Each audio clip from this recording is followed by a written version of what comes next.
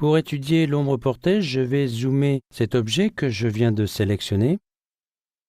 Vous voyez qu'à partir du moment où un objet contient un effet, une lettre FX apparaît sur l'élément auquel est appliqué cet effet. Ici, vous voyez que c'est à l'objet complet, c'est-à-dire à son contour et son fond en même temps.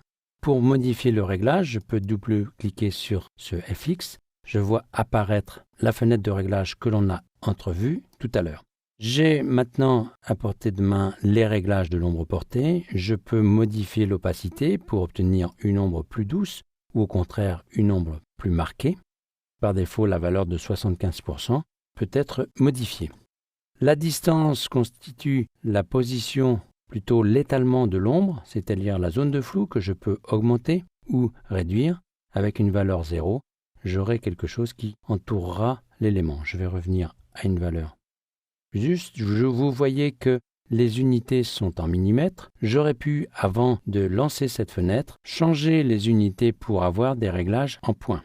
Mais cela dit, je peux, si je le souhaite, taper à tout moment une valeur en points. C'est ce que je vais faire ici, à condition de préciser l'unité. Automatiquement, elle sera convertie en millimètres.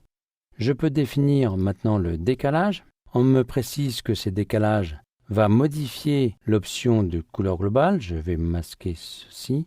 Et donc, je peux éventuellement modifier ici.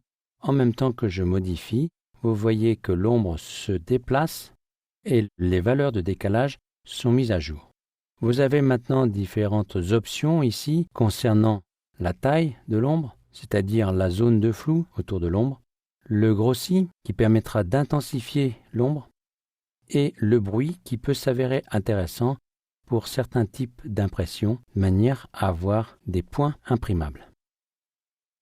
Maintenant, on peut demander à ce que l'ombre soit masquée par l'objet ou au contraire qu'elle ne le soit pas. Voilà pour les réglages de l'ombre. On pourra incorporer tous ces éléments dans un style d'objet. C'est ce que nous verrons dans d'autres rubriques. Je vais sortir par annuler.